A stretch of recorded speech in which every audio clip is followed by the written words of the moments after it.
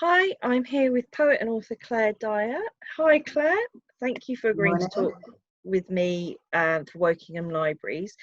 Can you tell us a bit about yourself and how you got into your writing, especially your poetry? Well, I suppose being a poet is a lifelong thing. You know, you don't just wake up one morning and say, I'm going to be a poet today. It sort of grows, and it started when I was a child, sort of writing really, really bad poems. But my parents saying, "Oh, that's clever, you know, well done." And then going through school and university, writing even worse poems in some instances.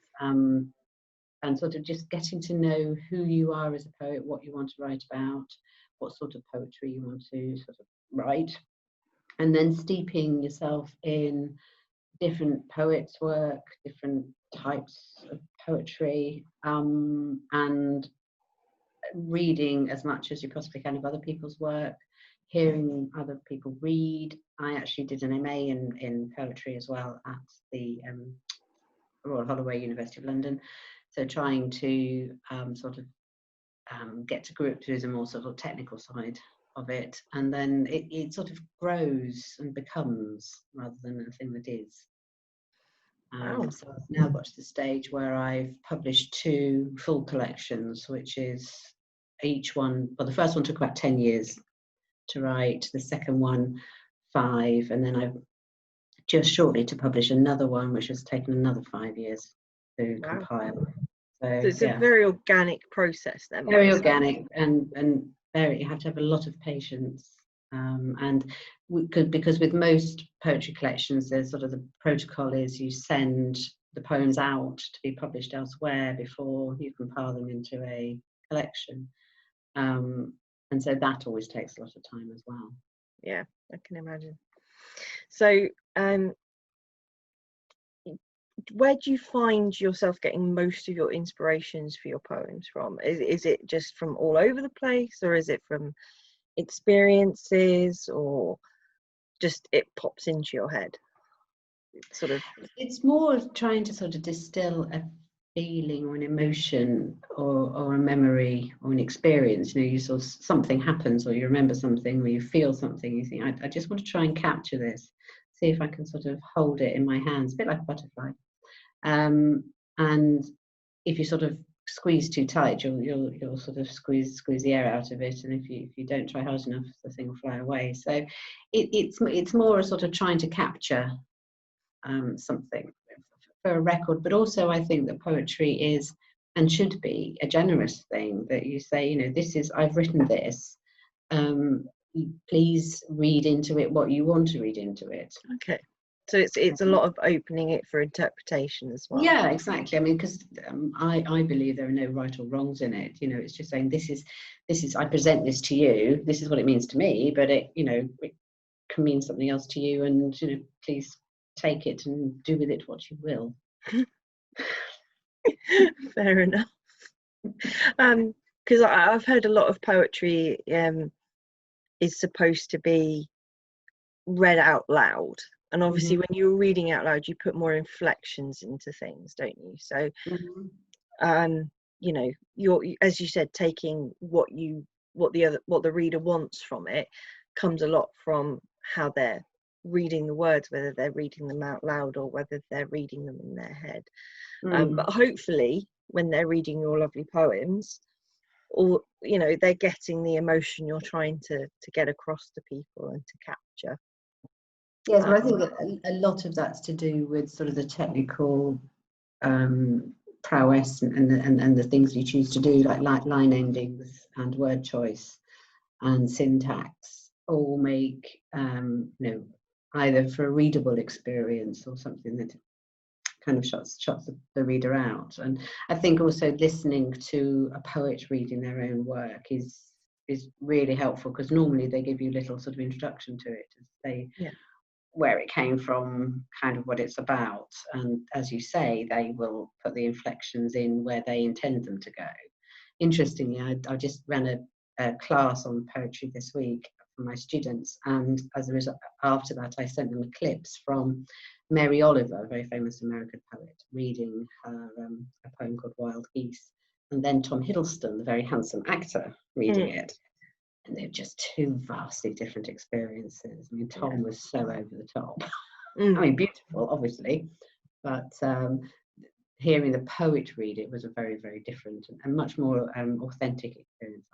Yeah, it's a rawer experience. Yeah, exactly. That's a good word.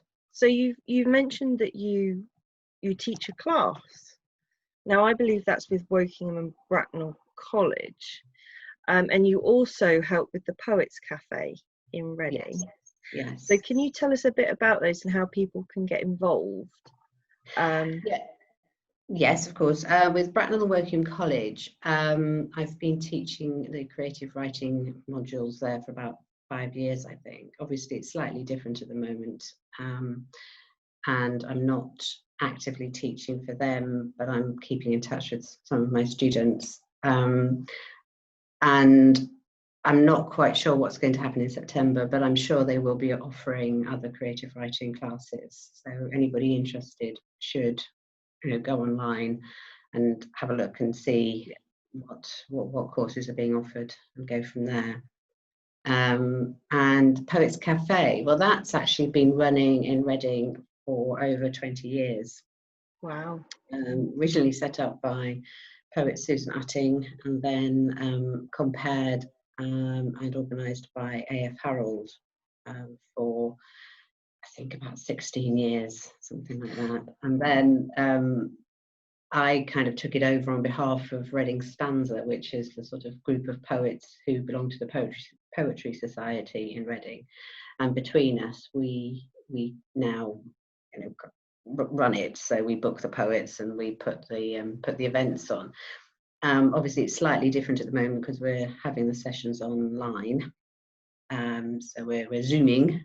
So if anybody wants to find out about what we're doing, then just go to my website, which is clairedyer.com, and press on the Poets Cafe tab, and it will show you who's reading next and what the plans are. Because we have a guest poet, but we also have an open mic each month where anybody is welcome to come along and read their own, as long as it's only 1 page long. Yes, yeah, it could get a bit lengthy if everybody's got 5-page epics. Bring their life's work. It's sort of somewhat. So, but obviously, when we're allowed to, we will go back to South Street Arts Centre, where we hold the events normally, and it's just such a wonderful venue, and we're so lucky that they have us as part of their programme. Yeah. That sounds good. So if we want to get involved or watch any of the Poets Cafe, we just need to go to your website and follow all the information there. Yes. That's perfect. I'm sure we'll get loads of people trying to come and have a look. Hope so. I mean, it's great fun actually doing it on Zoom. It's really, it's sort of a lovely audience experience. You'd think it might not be, but it is. Yeah. I suspect it feels a bit more intimate. Yes. I mean, the only thing we don't have is the applause, I suppose, because most of the poets who aren't reading are muted, but we sort of unmute everybody and have a round of applause now and again, Yeah. Fun, really good fun. Sounds like a fun evening. So I think we all ought to take a chance at having some poetry in our lives. Well, our next one's on the 19th of June. And the poet is a young chap called Jack Thacker, who actually had a residency at the Museum of English Rural Life as part of his PhD, I think. Wow. He's gone back to Bristol now, but he so he knows Reading, and he's published by Two Rivers Press, who is our local press. Lovely. So what can you tell us about your novels? So we've done a lot of talk about your poetry, but you've also written some books, and so what can you tell us about sort of the outlines of your books, or where we can get hold of them, and especially what your last published book, the Last Day, is about, and how you come about those ideas? Well, again, with novel writing, for me, my experience has been it's been a very sort of organic experience. I I think I'd written 8 novels before I got my first publishing contract. So there was a long apprenticeship, and then with publishing there were absolutely no guarantees, so I published 2 books and really enjoyed that experience. It was great fun. They were called The Moment and The Perfect Affair. And then I sort of wrote a couple of other ones which we couldn't place with publishers, and so the next one came out in 2018, and that's the one you mentioned, called The Last Day. And now I've written a couple more, and they are currently out and about, seeing, you know, they're with my agent, and my agent is seeing what she can do with them. She's very ready. So fingers crossed. So hopefully, with your poem collection and your novels being floated about somewhere, we ought to see some new work on the shelves from you very soon. Yes, would be nice. And I mean, you asked where the idea for The Last Day came from, and it's something that started with a sort of the germ of an idea, and then it changed as I wrote. And I actually always had in mind that it would be about 3 people living in a small house. So a former couple who had since separated, but who had to live in the same house again for a reason, and one of them had brought their new partner with them. So it's a kind of lockdown story. Yeah, I was about to say, in a way. And it's sort of how their relationships with each other change over the course of a year as a result of them all being close together like that. But interestingly, when I first wrote it, I had 1 character in first person and 2 in third.